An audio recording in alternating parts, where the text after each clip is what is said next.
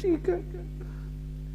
مگر ان بزرگ نے جواب کیا دیا؟ گانٹھ میں باندھ لینا. اگر اجازت ہو تو بتا دوں. جی جی بتائیے. وہ اللہ والے بولے. اس نے کہا حضور یہ اپنی کرنی سے باز نہیں آ رہا، آپ اچھا کام کر رہے ہیں اور یہ آپ کے ساتھ کتنا غلط کام کر رہا. تو ان بزرگ نے کہا تو کیا چاہتا ہے؟ ارے جب یہ اپنی بری عادت نہیں چھوڑ سکتا تو میں اپنی اچھی عادت کیسے چھوڑ دوں؟ سبحان اللہ سبحان اللہ. نعرہ تکبیر، نعرہ رسالت. ماشاء اللہ. بہت آج کے بعد ہر ایک کے ساتھ میں بھلا کرو گے؟ سچ میں یہ لٹ لیے پھرو گے؟ بعض تو صحیح بتا رہے ہو حضرت، اتنا بڑا گلیا ہے. گلیا سمجھ رہے ہو؟ گالی دینے والا، گالی کا جنریٹر ہے. جیسے جنریٹر پھٹ پھٹ چلتا نا، ایسی ایک گالیاں پھٹ پھٹ بکتا، ہر بات پہ گالی. اور میاں بیوی کی تھوڑی سے تو آنگن میں کھڑے ہو کے بیوی کو گالیاں. محلے کی عورتیں چھتوں پہ چڑھ کے دیکھ رہی ہے جیسے بڑا نیک کام ہو رہا، جیسے بڑا نیک کام ہو رہا. اپنے آپ کو سنبھالو. آخری بات بتا دوں اور تقریر ختم. زندگی ملی، زندگی رہی تو انشاءاللہ پھر ملاقات ہوگی. اللہ آپ کو جزائے خیر عطا فرمائے. آخری بات کیا سنو. وہ شخص جو نمازیں بھی پڑھے، روزے بھی رکھے، اچھے کام کرے، پھر بھی اس کا حشر ظالم بادشاہوں کے ساتھ ہوگا.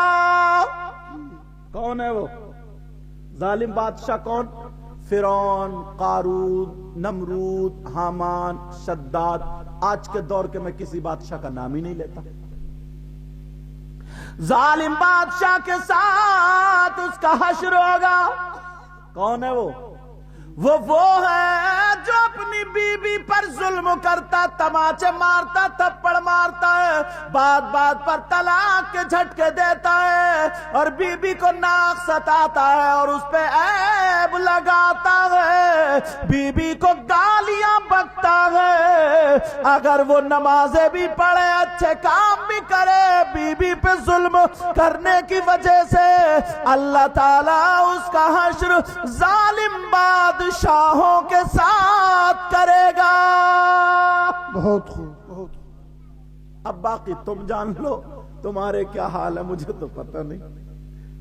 عورتیں بڑی خوش ہو رہی ہیں، یہ بھی سن لیں. ہاں سنا. وہ عورت کون ہے جو نماز پڑھے، روزہ رکھے، سارے اچھے کام کرے، پھر بھی جنت میں نہیں جائے گی؟ جی. وہ عورت وہ ہے جو اپنے شوہر کا کہنا نہیں مانتی، اپنے شوہر سے لڑائیاں کرتی ہے، اپنے شوہر کی امانت میں خیانت کرتی ہے. شوہر باہر چلا گیا، دوسروں سے موبائلوں پہ بات کرتی ہے، چیٹنگیں کرتی ہے اور آگے تم سمجھ جانا موٹر سائیکلوں پہ گھومتی ہے. شوہر کی عزت میں داغ دھبا لگاتی ہے، سسرال میں اس کو بے عزت کرتی ہے. 5000 کا خرچ ہے، 10 کا خرچ بتا کر کے ذلیل کرتی ہے. ایسی عورت اگر نمازیں پڑھے، اچھے کام کرے، شوہر اس سے ناراض ہے تو وہ جنت میں نہیں جائے گی. جی بہت خوب بہت خوب. دونوں چیزیں لے کے چل رہا ہوں. اب باقی عمل کرنا نہ کرنا ہمارا. میں نے قرآن کی آیت پڑھی تھی، بسم اللہ الرحمن الرحیم. اللہ کے نام سے شروع جو بڑا مہربان نہایت رحم والا. تبارک الذی بیدہ الملک. آئے ہائے، وہ ذات برکت والی جو بادشاہوں کا بادشاہ ہے. آسان ترجمہ، وہو علی کل شیء قدیر، اور وہ ہر ممکن شے پر قادر. الذی، اور وہی ذات اللہ کی، الذی خلق الموت والحیات، جس نے زندگی کو اور موت کو پیدا کیا. الذی خلق الموت والحیات، کیوں؟ لیبلوکم، تاکہ تم کو آزمایا جائے، ایکم احسن عملا، تم میں کس کے اچھے عمل ہیں. وہو العزیز الغفور، اور وہی پروردگار ہے جو بہت تمہارا عزیز ہے اور بخشش کرنے والا، تمہارے گناہوں کو معاف کرنے والا. تم پر رحم فرمانے والا. یہ اس کا ترجمہ میں نے کر دیا. اب